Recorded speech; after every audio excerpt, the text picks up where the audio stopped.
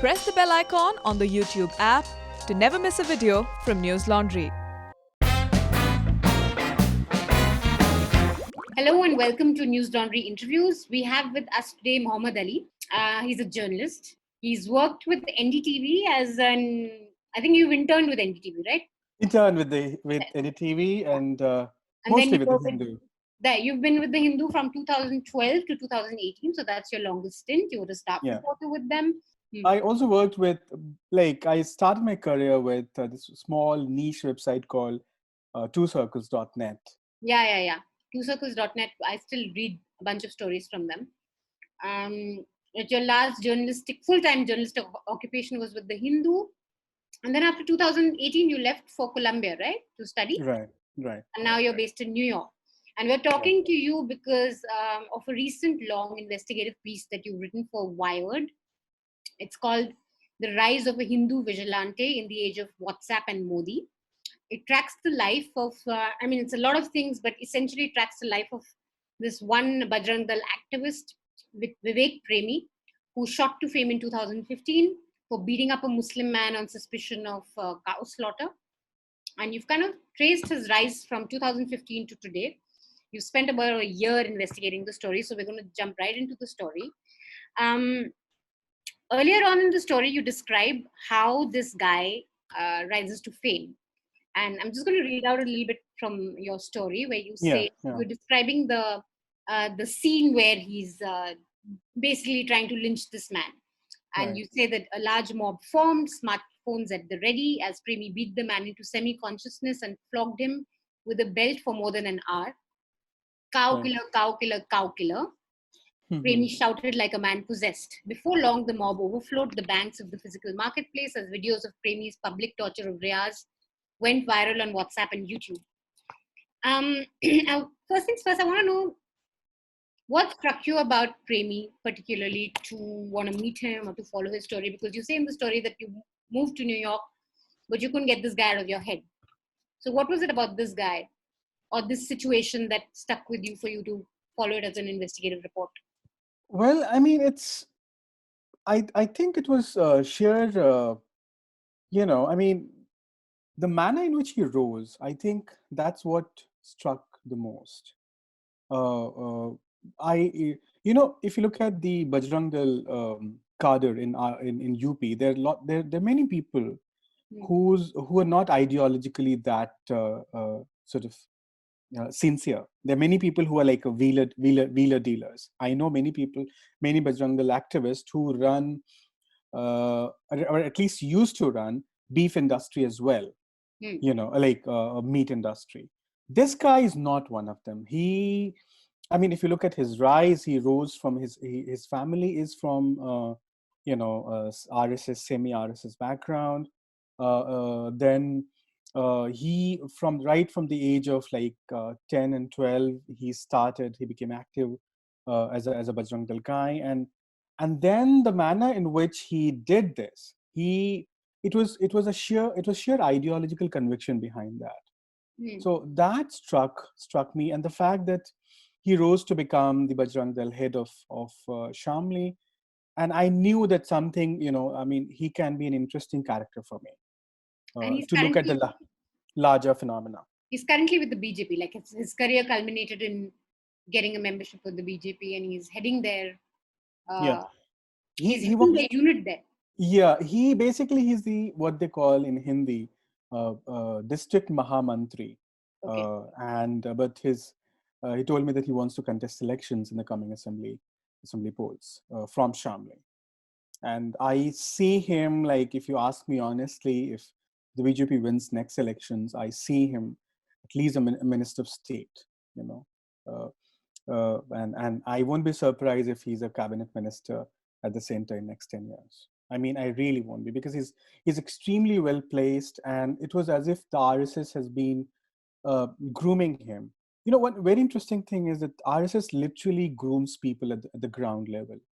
And he's also a OBC. He's a Sonar by caste.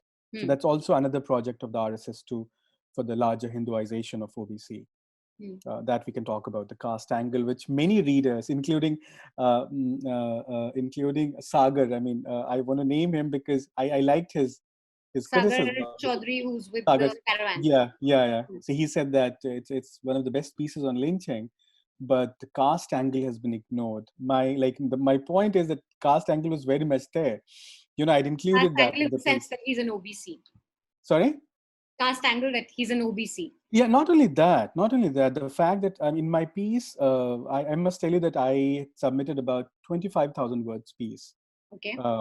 With lots of background, with everything, because it was also a text story. So I had included things like boycott Islam. If you remember, there was this trend. A Twitter trend, hashtag boycott Islam, which happened last year. So lots of details were there, including the caste angle in detail, that how what when it comes to Hindutva politics, how caste is important, and it's how, on the one hand, there's Brahmanical politics, which is what dominates RSS, but when it comes to Bajrang Dal, it's mostly OBCs. You won't find many Brahmins in Bajrang Dal. Do you find a lot of Dalits too, or is it not a lot, but yeah, there were some Dalits. I want to take you to the story where one thing that struck me, and this is something that I've also been thinking about quite a bit, and this is maybe a generic debate also that we're having, is you talk a lot about social media, Facebook, WhatsApp pop up a lot in the story. Sometimes overtly, as in how videos of lynching are going viral on WhatsApp, or how people like Premi are eulogized online or get a lot of support online. So that's a direct sort of way in which you address social media. But there are also these subtle things in which you say that how when you meet these Bajrang Dal workers, they're glued to their phone, like literally they're just responding to one, WhatsApp after the other, or they're constantly on their phone, and their phone is a very central aspect of what they do. Now, I want to ask you, firstly that there is a lot of thinking where people feel that social media has amplified hate, or hate against Muslims, or have amplified vigilantism. And then there's the other school that says that social media has only made it visible. We were always this hateful, we were always this divided, but social media has kind of just made it apparent to us, and we now know what we were really about. Where do you see social media's role? Do you see it as a reason, or do you think it's just a tool through which we're coming to know what was really happening in people's minds for a very long time?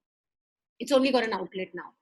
Yeah, I mean, I'd agree with the role of the social media as not even an amplifier. It has showed. I mean, I think social media started as a mirror to our hatred, and then amplified it.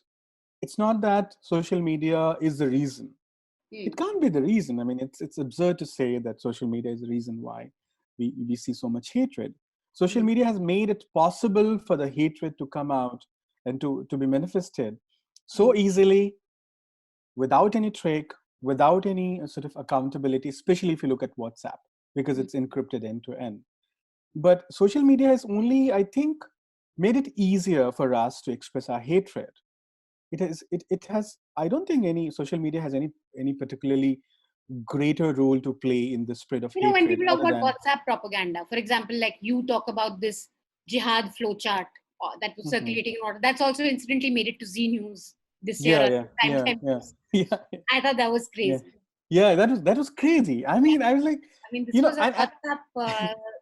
I think exactly. I mean, and that's precisely my point, that we're talking about shift and transformation of a society from fringe to the center. That the propaganda which we used to see, or which we see in Bajrang Dal WhatsApp group, the same propaganda drives what basically forms our psyche. The news cycle forms our psyche. Like, it affects our psyche, right? So the same propaganda of Bajrang Dal WhatsApp group comes back in the drawing rooms of lower middle class. I mean, it's shocking. Lower middle class and upper middle class Hindu households, with the millions of followers that Sudhir Chaudhary has. The same propaganda stays in the drawing rooms of these households for 1 hour, and they believe in that propaganda.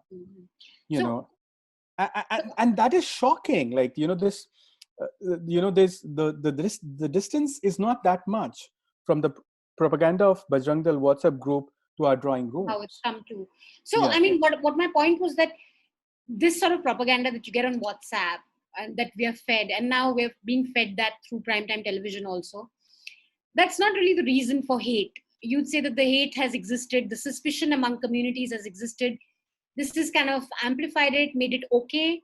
Like certain things that we used to only think about have now it's okay to just say it out loud. But those divisions existed for a long time. You'd broadly agree with that. Well, I mean, see, look, if you look at the Hindus, in the Indian society, I mean, one is the secular, liberal, syncretic tradition, what we call it, Ganga Jamuni Tehzeeb. One is that, and it. But even despite that, if you look at books like Akshay Mukul's book, like Gita Press, fault lines used to exist. It used to exist. I mean, and we see that through say 1992 demolition of Babri Mosque and the subsequent riots, or even Godhra and post-Godhra riots. And so fault lines used to exist. But the fact that when fault lines become so so big that they're no longer fault lines, they're like big cracks and big division. So those fault lines always existed, but never did. Social media has helped it widen, I guess. Oh yeah. And also what comes is the fact that, I mean, of course we need to accept that there's an social media becomes amplifier. It amplifies more and more and more.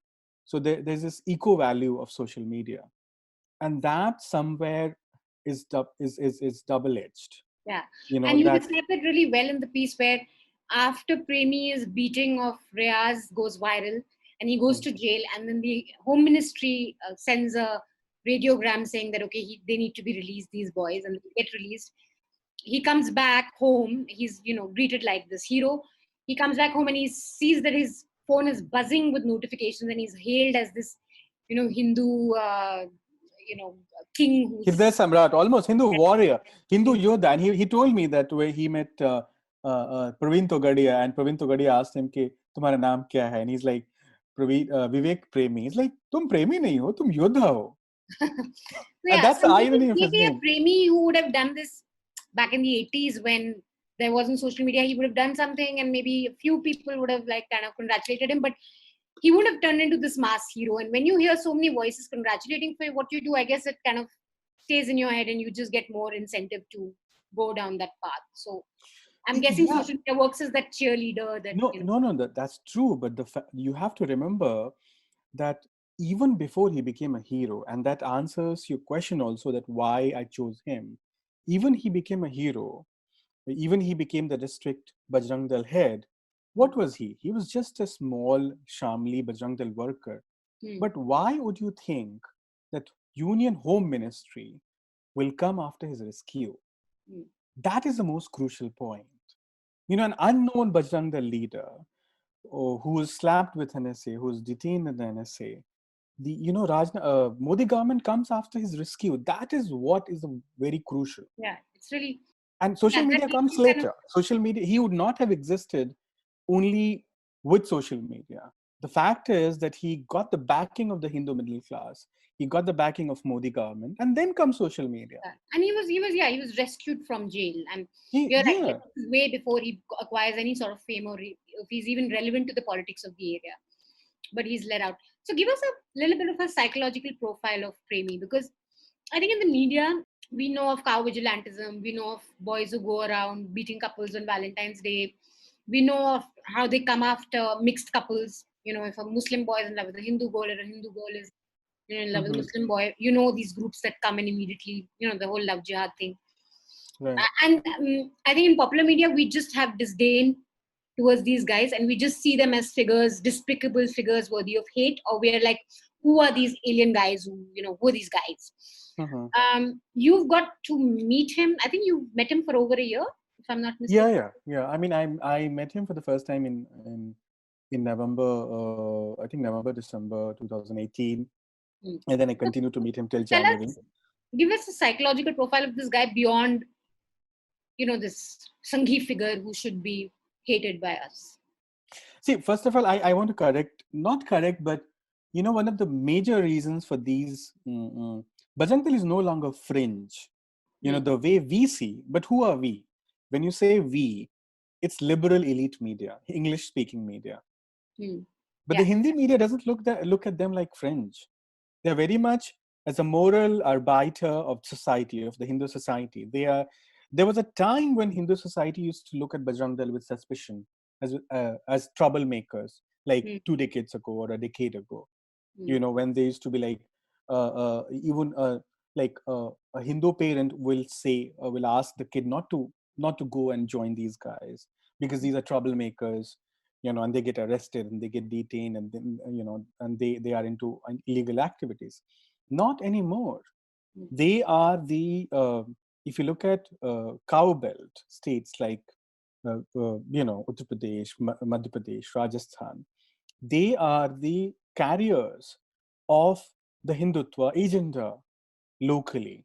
And local newspapers, who actually decide the agenda in for the Muslim for the Hindu middle class and Hindu middle class households, newspapers treat them as the as the thekedars of Hinduism. So I'll give you one example. Suppose anything happens, any crime happens in, say, Meerut, and but if the crime involves a Hindu and a Muslim, if the crime has either of the two, aggressor.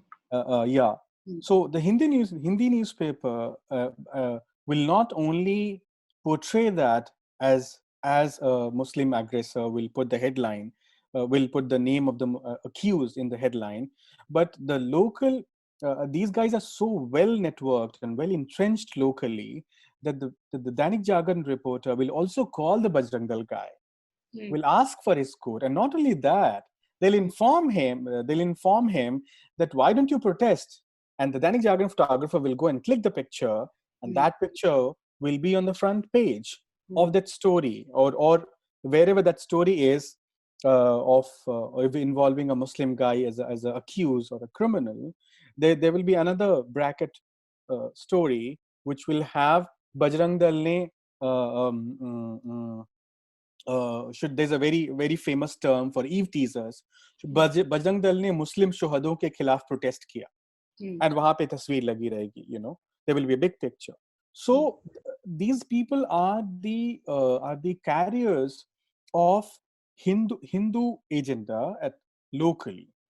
Gone are the days of Bajrang Dal when they used to be butt of the joke of on the name of Valentine's Day theatrics or any other theatrics.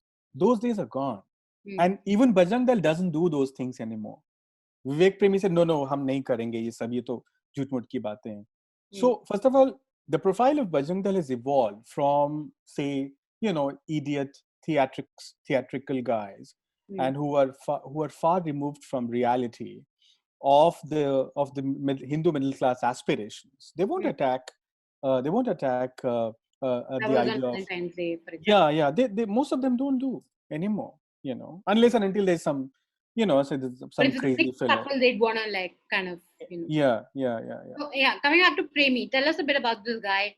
So you say, okay, he's not the fringe anymore. Then English media is wrong when it looks at these guys as these buffoons or these fringe guys.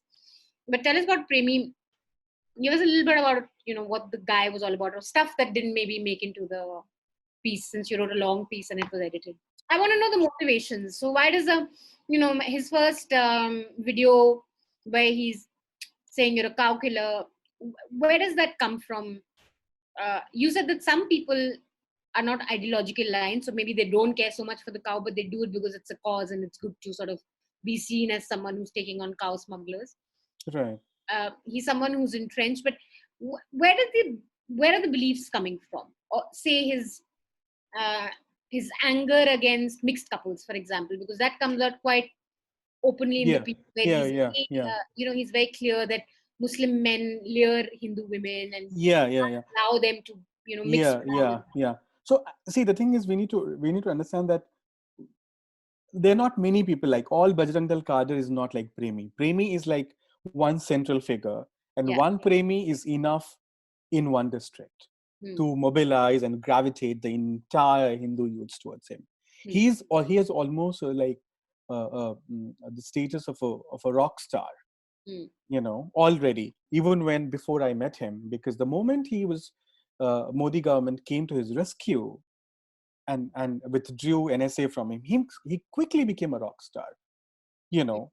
And so basically his motivations come, I mean, he is a typical RSS hardcore ideologically brainwashed boy, Hmm.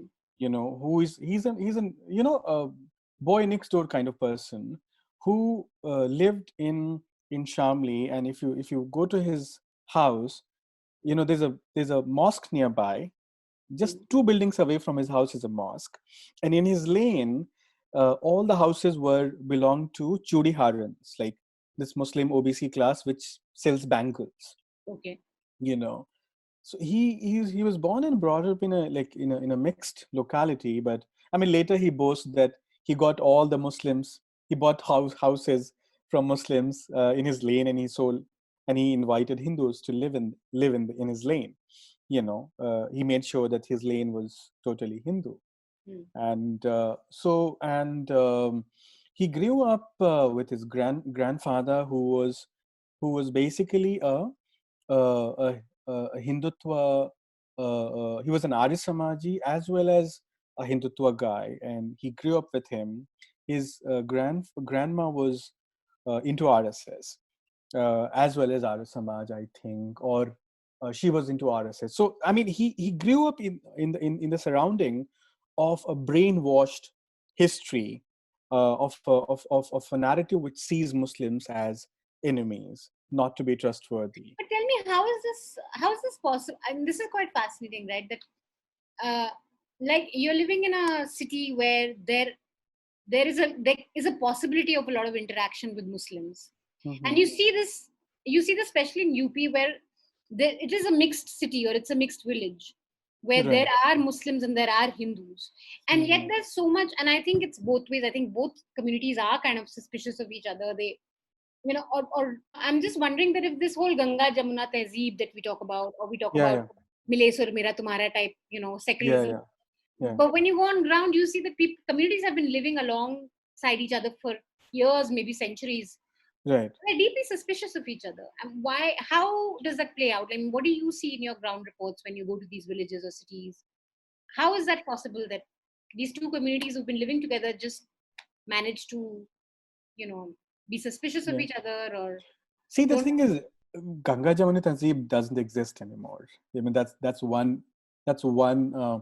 Like, Modi government made it very clear. I mean, the way its manifestation of the government was that, and the way it manifested in the society was that the Ganga Jamuni Tanzim is finally over. Hmm. It Should doesn't it still exist exist? anymore. I'm wondering. Maybe it was just another elite sort of. No, I mean, no, it was not an elite thing. I mean, if you want to understand Ganga Jamuni Tehzeeb, then probably, I mean, the best book you should read is Niaz Faruqi's book, Growing Up as a Muslim. Hmm. It's published by, I think, Wasteland. He talks about his growing up. I mean, when I grew up, you will be surprised that when every time I used to go to visit my grandpa in a Ghazipur village, I'll find, and my grandpa was the chief priest of the local mosque, as well as a headmaster of the local school, and he'll be there, and he had he was tall and white beard, like here till here. And most often I'll find him talking about Vedas and Iqbal with the priest of the local temple. Hmm. And even the priest of the local temple, he'll be more like dhoti and kurta, baal bikhre hue. And even the Hindu priest had this much beard, and when they will be talking, they look like two brothers. And there was no animosity. This is how I grew up You've you seen know that change yeah, now. I've seen that, but that doesn't exist anymore. That Hmm. barely exists.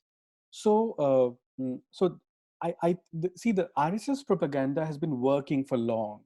Hmm. What we are seeing is didn't happen in a Calculation. day. is a culmination of the processes which RSS started in the 20s and the 30s, and much later after post-independence, like after the partition. These partition gave a reason for these prejudices against Muslims to gain much bigger currency than normal. So the suspicions still exist. It pampered and mushroomed.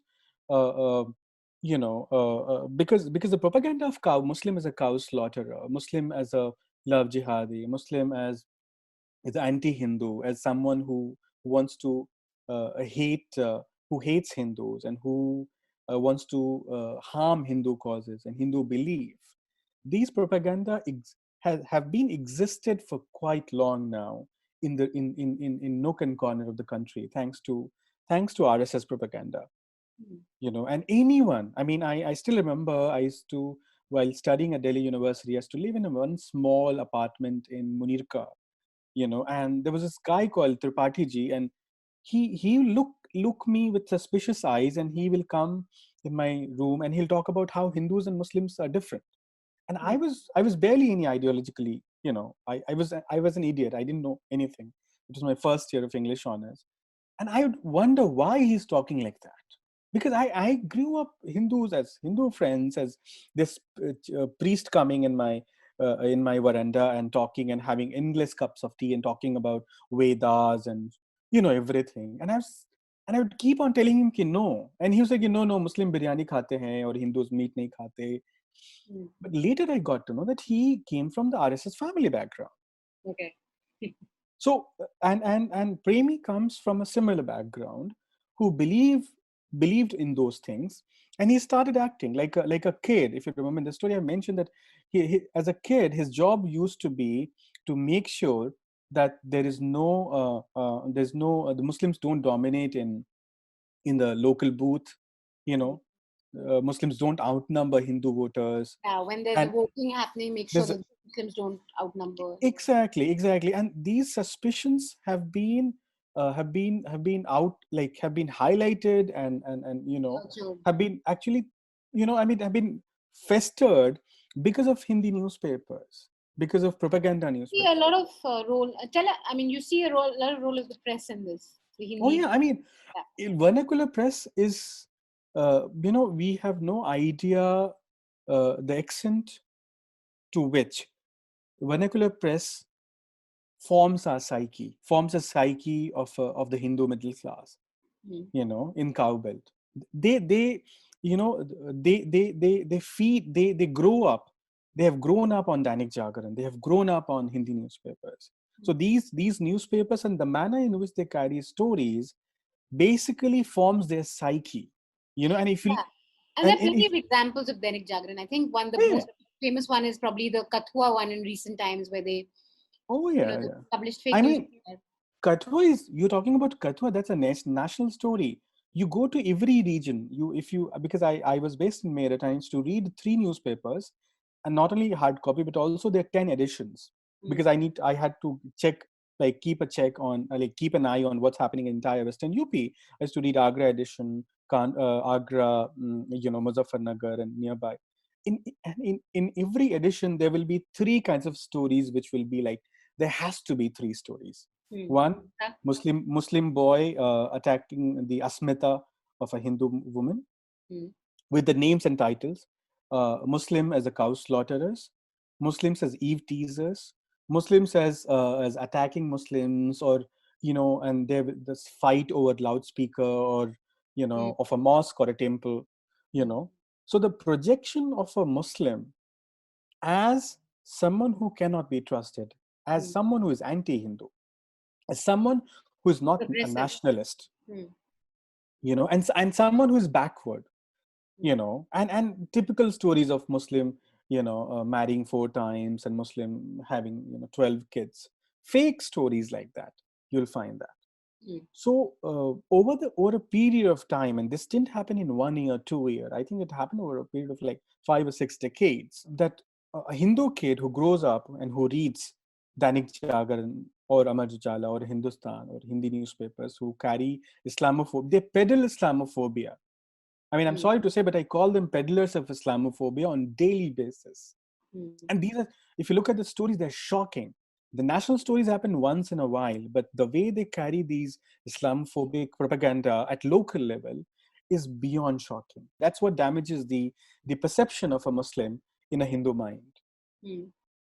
But these are mostly stories that they make up, or these are real stories? Like some of them could be real stories of maybe a Muslim involved in a crime, and then that would just be given a. So they do three things. One is they communalize everything, the things which are not communal in nature. It could be a petty criminal who's Muslim. It could be but you turn the crime into a Muslim doing a crime. A Muslim doing a crime. The idea that Muslims are mostly criminals. They're violent. They eat beef and they grow violent. They're intolerant, violent people. I think one of the stories that which I found very alarming, was the first case of love jihad in Meerut, where this girl, exactly, Shalu. Her name is Shalu. The village was Muslim. He was put behind bars. There were two other Muslim boys who were put behind bars. There was a whole big, we were hearing crazy things, and this is when I also went to Meerut, I think, the first and last time. So it was we were hearing crazy stories, like there's a mosque that smuggles women to UAE, and she was raped there, she was forced to eat cow meat, and that she was raped, and this was a case of love jihad, and we were reading this in newspapers, and when we went there, back then the girl was also under a lot of pressure, so she was not speaking up. But everyone in her family, and her mama, I think one of her mamas was associated with one of the right-wing groups there. I'll tell you. When I went, at least the house was full of RSS guys saying that, bahut bura hua, ladki ke saath bahut. The story was that Shalu and Kalim's village were nearby. They were adjacent. They fell in love. And Shalu was a graduate. The problem is that because of the advent of technology, because of phone coming up, women in rural areas, they're asserting they're asserting themselves in terms of the partners they want to choose, in terms of going out, in terms of what they want to do with their lives. So this woman, she fell in love, and Kaleem is an upper caste Sayyid, has dairy business. What he does is he gets her a job in the madrasa as an English teacher, but the moment the news of their love affair comes out, and she's a Tyagi Brahmin by caste, Brahmin nonetheless, even though Tyagi Brahmin who are not treated as a Brahmin by Brahmins. So what happens is that the moment, and who amplifies? I must tell you that before Z News picked it up, before Republic picks it up, Dainik Jagaran runs it. They pick the stories from Dainik Jagaran. Famous, So Dainik Jagaran did one story, then the story amplified. Anyone would have, anyone had they done their homework, any journalist will know that this was a case of love affair. So what was interesting was she later came on and said that I love this guy, and now we're getting married, and she broke away from her family. But the newspapers or the TV channels like Z News and all, they didn't carry a correction. Not at all. Not at all. They didn't say that, okay, we got this wrong. This was a case of mutual, and I think, I just personally, I think these guys are heroes, couples in these smaller towns and villages who fall in love despite religion and caste considerations, because they have they have now news channels up against them. Totally. And they're the real, I think, change makers, because that's real assimilation, The point is that these people, when I did the story, only because I broke the story, but I managed to get the story only because I was a Muslim. Kaleem's family were just not ready to talk to anyone. But then I went to the family, and the fact that I am like, I want to write it outside. I want to say that I'm an upper caste Muslim. I'm Sayyid, and because Kaleem was Sayyid, I had to literally do this Sayyid bonding, and say, please, and do lots of Alhamdulillah, Mashallah, and Assalamu Alaikum, to gain the trust. And you're writing a book on this, right? Yeah. You have a book that's coming out. Okay. So, talking about your Muslim identity, I want to ask you two questions. One is meeting Premi for 1 year, being with Bajrang Dal, and you mentioned in the piece that they kind of hint कि आपकी घर वापसी कर देनी चाहिए. How did they treat you? Because they do open up to you. They do like let you in. Oh yeah. Yeah, they do. They are kind of, so they don't They really do look at open. you as. Yeah. I mean, They're nice to you. Yeah, they were nice to me. One is, how did they, anything that didn't go into the piece that happened, or how do you think they I assessed? mean, Why do they think they opened up to you? I'll be very like, okay, yeah. So that's a question which even many writers asked me in New York, that, and even the editors of the Wired were like so shocked that how did you get the access? I think there are three things. One is that I was, and it's very important. Uh, the I should give credit to Divya Trivedi. Divya is a good friend. Divya, a Brahmin reporter, establishes the connection between me and Premi. So because she had done a small story, done a story for Frontline, so I told her, like, why don't you give him a call? And because I was slightly suspicious, like under Modi, identities have become so strong that things are not like this anymore, like the way it used to be for 4 years ago. So I still remember Divya's reaction when she called me back. She was like, मैंने उसको phone किया, and Vivek said, क्या नाम है reporter का? Oh, Mohammad Ali. He said, like, Muhammad Ali, things like that. But I mean, that was the beginning of it. The fact that a Brahmin reporter establishes, I mean, the caste is very crucial here as well. And then after that, I was like persistent. I kept on asking him, let's meet. And then I think initially he blew me off like once or twice. He cancelled and postponed meetings, but I kept at it. Like, milte hain, and kahan. I was like, wherever you call me. You call me Delhi, I'll come to Delhi. You'll call me in Lucknow, I'll come to Lucknow. And finally, when he's like, okay, excuse me, ye manega nahi, he was like, okay, come. But the thing is that I had to hang out with him for almost 10 days to make sure that he lets me in. Like, I had to listen to his nonsense, Islamophobic rant and propaganda. So that was one very crucial. So he says stuff to you. Did he ever like tell you कि आप लोग ऐसे क्यों? No. So hear me out. Like, I'll be very quick. And second thing was that one was persistence, and second was that I had to, and this is very important. I had to remove my identity totally from myself. I had to be a Muslim RSS can be comfortable with. I had to be silent and listen to everything that he says. A Muslim who has no objection to any Islamophobia. A Muslim who's comfortable with Islam and Muslims being abused. And, but so it was like a totally, it's a Muslim. It's like APJ Abdul Kalam kind of Muslim, who loves Vedas and who doesn't perform prayer, and who a Muslim with no visible sign of Islamic identity. That's the kind of Muslim RSS is comfortable with, and third thing was also that I had to like literally tell him, and this is what which I find that we as a English media reporters miss. I had to tell him that I believe in him and his work. I told him, and I was very serious when I told him. I told him that, look, the work that you're doing is going to change the future and history of India. And it's very crucial for me as a reporter to document that history. And I promised him that I will not write a single word which is a lie about your work, which is a misrepresentation. So I had like this building of trust, and was. Did he read your piece? Yeah, he read. What did he say? I mean, initially he was slightly annoyed, but I think he got some calls from reality show guys from Bombay, and really? Yeah, he got. I mean, Wired. So he became famous, and then also like the fact that when he posted it on his Facebook page, the kind of messages which came was like, "Oh my God, this is so big." Bajrang Dal, even America is praising Bajrang Dal and Vivek Bhaiya.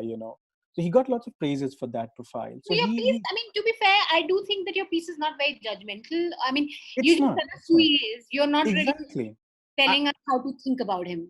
One of the problems with English journalists like us, and in India especially, is that and one of the reasons why Bajrang Dal and RSS managed to capture the space which was left by the secular, liberal, and left movements, was the space that religion occupies, was that we didn't take them seriously. And that's what I wanted to make sure that I don't do that. I mean, I literally believe in the fact that what he has done and what he's been doing has changed India, and is going to change India completely forever. But one of the things that just coming from there, I wanted to, so we'll go back to your Muslim identity, but just a segue from this is when you're a reporter and you're invested in a subject like that, and you're invested in it for a long time, and you're invested in a person, you develop a sort of you can see the person beyond evil or good, and sometimes there's also empathy for what they're doing. If not empathy, there's a kind of, I know where you're coming from. Did that happen with you with Premi? Like by the end of it, did you feel like, okay, I get where this guy is coming from, or did you view him as ideologically how you view this person as essentially someone who's dividing society further or spreading poison? Because he does do a lot of poisonous things. But did you see yourself sometimes feeling like, okay, I get you? Well, I mean, one is the idea of the Hindu hurt. The Hindu hurt. The grievances of Hindus. Because his entire existence and the basis of his work is based on that. We can go into the fact that how truthful and how factually correct is the idea of Hindu hurt. But the fact remains that the Hindu hurt is a reality. RSS over a period of last 60, 70 years, if there is one single achievement of the RSS, it's this: to mainstreaming the idea of Hindu hurt, the sense of inferiority complex in normal Hindus, that they were ruled by Mughals for centuries. Their women were raped by them. They were converted and reconverted, and they were oppressed. So that Hindu hurt has festered and festered and has become into a Frankensteinian monster, which is what we're seeing today. So I know why he's doing. I mean, he's a product of larger ideological formations, which is RSS. So, I mean, one of the things on the Hindu hurt, like one of the authors who dissected that back in the 80s, 70s was V.S. Naipaul with this book where he basically is saying that why this has been allowed to fester for so long is because the liberals didn't have an honest conversation about Mughal rule in India, which was at times violent. Right. There were invasions, there were brutal invasions, there were destructions of temples. Right. So, do you see, if not history is complicated, but if you look at contemporary politics or contemporary discourse, do you think that liberals have not had honest conversations on maybe the Hindu sense of hurt, on history? Yeah. History, because of which a space has just been now open to interpretations and exploitation from the Hindu right? Do you subscribe to that? Yeah, I mean, I essentially believe that the flag bearers of Nehruvian project in India, and I don't blame them to a large extent, but I also blame them for presenting history into literally white history without fault lines. That no, everything was goody-goody during Mughal Empire and during Mughal rule and Muslim rule. So because of that, they talked about the fact that Alauddin Khilji was a great reformer because he did started coins, right? I mean, that's one of the, I think, if my history is still reliable, I think he's credited with creating with coming up with coinage, I think, system and all. But the fact that there were lots of oppressions as well, I think that's for that, we need to accept that there were fault lines which needed to be highlighted in order to acknowledge the Hindu hurt, which is what the RSS and later, especially after partition, that became huge, because Muslims already got a land. What the fuck are they doing here? So that Hindu hurt got amplified, and we let the RSS and the Hindu right talk about those fault lines because we didn't talk about them. Yeah. And I think there was also a lot of scoffing and looking down. I do think that it was a little club that for a very long time we kept people who challenged these notions or even wanted to talk about Hinduhood were just kept on the fringe. Like it was just Yeah. I think the initial negotiation which should have happened, the dialogue which should have happened between the people who talk about these fault lines which were not acknowledged in the history, should have happened. I think that's I mean, a recent book like by, I'm forgetting his name, but is Kapil Komireddy, if I'm not wrong. Yeah, yeah. He talks about that, that how those fault lines were not talked enough, or they were not talked about by Nehruvian historians who wanted to say, oh, this is a Nehruvian project and everything is good and all. Great. Thank you so much for taking up the time to speak to us despite the different time zones. Wish you all the best with your future assignments, and hopefully we'll see you in India soon. And we'll get to read your book also that you're writing. And thank you so much. Thank you, Manisha. It was a pleasure talking to you. Thanks.